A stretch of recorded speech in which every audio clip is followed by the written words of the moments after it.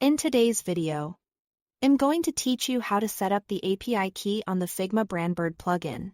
By the end, you'll have Brandbird connected to your Figma workspace so you can use it smoothly without interruptions. An API key is simply a unique code that lets the plugin talk securely to your Brandbird account. So treat it like a password and keep it private. First, head to the Brandbird website. Once you are there, look for the vertical 3 dots, typically in the top right area of the page. Click that to open your account page on the web. On the account dashboard, scroll down until you see your personal API key. It's a string of letters and numbers, and it uniquely identifies your account. Carefully copy it to your clipboard. Make sure you capture the entire key without any extra spaces at the start or end.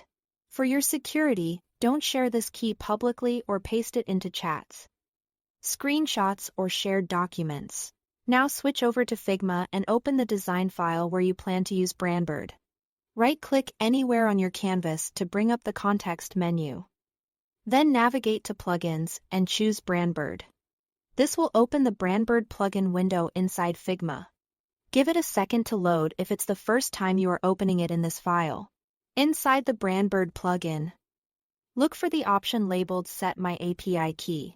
It may appear as a button or a menu item within the plugin's interface. Click it to open the field where you'll enter your key. Paste the API key you copied from the Brandbird website into the designated field. It's best to paste rather than type to avoid any typos. After pasting, double-check there aren't any stray spaces at the beginning or end, as even a single extra character can prevent the connection from working. Once the key is in place, click Save to establish the connection. The plugin will store the key securely and link your Figma session to your Brandbird account. You should see a confirmation or the plugin's features become available right away.